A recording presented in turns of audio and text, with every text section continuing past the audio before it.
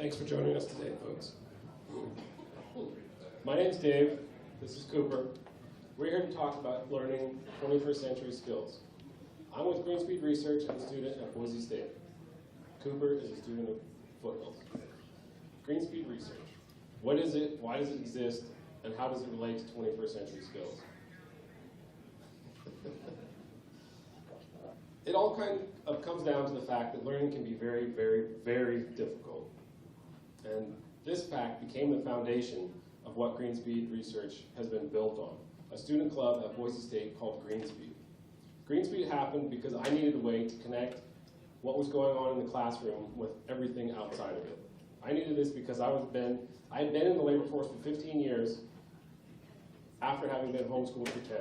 These experiences made it very difficult to understand why I was being asked to do what I was being asked to do, learn what I was being asked to learn, and jump through the hoops found in your typical classroom. After struggling with this for about 2 years, I was applying for a scholarship when I had a little epiphany. I had started school expecting to be taught, but realized that I had come to learn. This realization was just one of a handful of monumental moments that all happened within a very small window of time.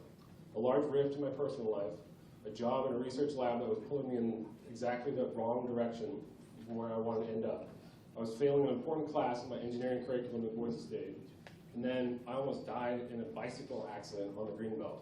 And it turns out that examining your life from a hospital bed lends great perspective to your life. It was the culmination of these events that made me realize the only way I was going to learn while I was in school would be by taking ownership of the entire experience and deciding to make my own curriculum. I convinced a few other students they should come along for the ride, and we founded Greenspeed together. And also, together, we built the world's fastest vegetable oil-powered vehicle in one summer, from scratch, with a budget of $0. As you can imagine, blood, sweat, and tears were involved. Many lessons were learned, and life trajectories launched. For me, one of the biggest things was that I had found what Sir Ken Robinson calls my element, the point at which the lines of what I do and what I love converge. And it was in this element that everything became very clear to me, that I can help people, I can provide people with an opportunity to learn, and I was good at doing that. So that's why Greenspeed Research exists. And what is Greenspeed Research? Greenspeed Research is a new Idaho nonprofit dedicated to making the STEM fields and renewable energy tech exciting and accessible to everybody. My co-founder and I are both mechanical engineers, or at least he is. I'm about to be in less than 2 months. Non-traditional students, so we know exactly what it takes to learn outside of the classroom, and highly motivated to make the world a much better place. As an example of how we are doing this, I would like to let Cooper explain how Greenspeed Research has impacted his life. Hi, I'm Cooper Shea, and about 1.5 years ago, I decided to build a solar-powered go-kart. I wanted to show that anyone, me being a 13-year-old, could take alternative energy and apply it to everyday life. And my medium for this was transportation. So I spent a lot of time researching and planning and working into this project, and despite all that, it wasn't really going anywhere. So through my research, we found Greenspeed, and we started collaborating. And Greenspeed's really what made this project take off. So we started working together, we got the cart, and of course, first thing, stripped all of the pieces off of it, all the gasoline and everything, and we started building it back up, piece by piece, just the frame, and then each electric component. A good example of some of the challenges we faced were in a particular part, we had a small electric motor we had to fit into a large area, which was previously occupied by a gasoline motor, which is larger.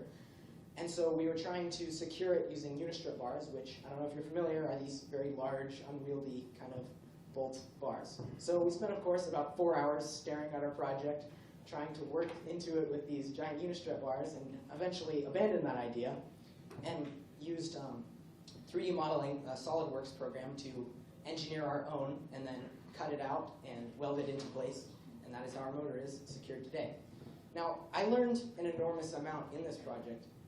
Of course, I learned the physical skills. I learned how to weld. I learned how to use SolidWorks. And all of these things I value. But even more so, I learned leadership and I learned teamwork. We always had to work together and bounce ideas off of each other. And I find that really important. Also, I learned some public speaking skills. So that's great because I'm nervous. But And I'm sure these are all things that are very important and I feel sometimes get left behind in traditional schooling. Now, other than my individual project, this will kind of be extrapolated into a high school atmosphere. We're going to make a competition where high school students can build their own carts. They'll get the carts, they'll strip them down, and they'll build it back up how they want.